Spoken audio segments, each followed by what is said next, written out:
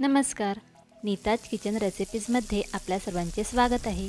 आज आपण चुलीवरचं विना वाटणाचं सुक्कं चिकन बनवणार आहोत। चला तर मग सुरू करूया आजची ही व्हिडिओ।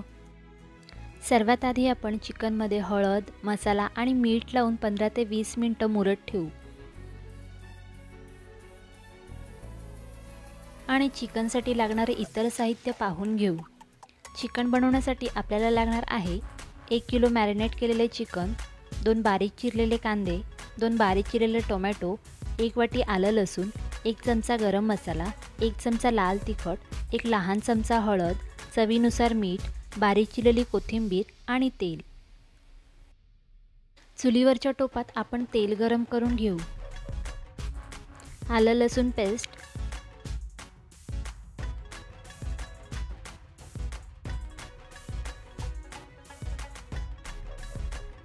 बारीक चिरलेला कांदा,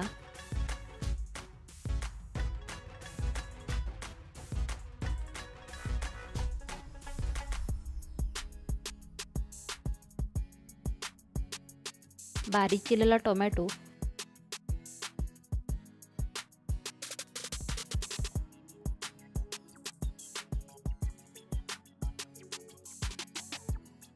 थोडं मीठ,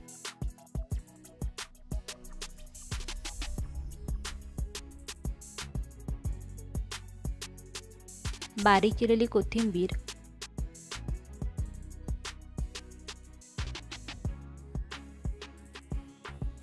हळद, लाल तिखट, गरम मसाला आणि चवीनुसार मीठ।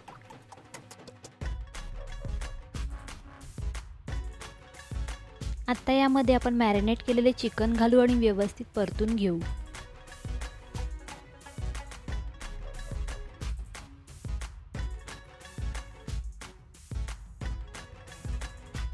थोड्या वेळासाठी यावर झाकण ठेवू।